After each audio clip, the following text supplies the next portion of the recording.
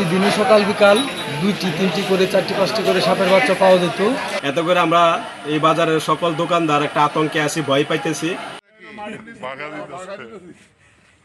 দোকান পরিষ্কার করতে গিয়ে ওষুধের খালি বাক্সে মিলল অর্ধ শতাধিক সাপের বাচ্চা।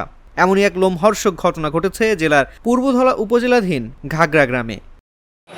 10 দিন যাবৎ ঘাগড়া চৌরাস্তা বাজারে প্রতিদিনই সকাল বিকাল 2টি 3টি করে 4টি 5টি করে সাপের বাচ্চা পাওয়া যেত। এই সাপের বাচ্চার কারণে ঘাগড়া বাজারের ক্রেতা এবং বিক্রেতারা সকলেই আতঙ্কিত। শনিবার এশার নামাজের পর স্থানীয় চৌরাস্তা বাজারে এক ফার্মেসিতে এ ঘটনা ঘটেছে। প্রতিদিনের মতো এশার নামাজ পড়তে গিয়েছিলেন শিফা ফার্মেসির মালিক মোহাম্মদ দুলাল মিয়া। তার দোকানে ঔষধ বিক্রির পর খালি বাক্সগুলো একটি বড় কার্টুনে ভরে পেছনে রাখতেন। চরপাড়া গ্রামের আশু মিয়া এসেছিলেন সেগুলো নিতে।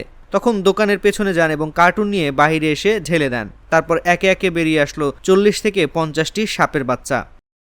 ঘাগড়া চৌরাস্তা বাজারে আমরা কয়েকদিন ধরে শুনতেছি যে অনেকগুলো দোকানের মধ্যে ছোট ছোট সাপের বাচ্চা বের হইতেছে, অনেকেই বলতেছে। কিন্তু তারই ধারাবাহিকতায় আজকে একটা ওষুধের দোকান পরিষ্কার করতে যায় দেখা গেল ওই কার্টনের ভিতরে ছোট ছোট অনেকগুলো বাচ্চা। পরে সবাই খবর পায়া শুনে আমরা সবাই গেলাম, যাই পরিষ্কার করলাম। পরিষ্কার করে দেখা গেছে অনেকগুলো সাপের বাচ্চা, প্রায় 40 থেকে 50টা সাপের বাচ্চা পাওয়া গেছে। এতে করে আমরা এই বাজারের সকল দোকানদার একটা আতঙ্কে আছি, ভয় পাইতেছি।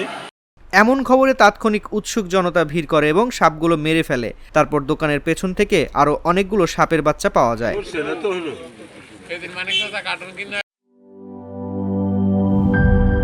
She is brave.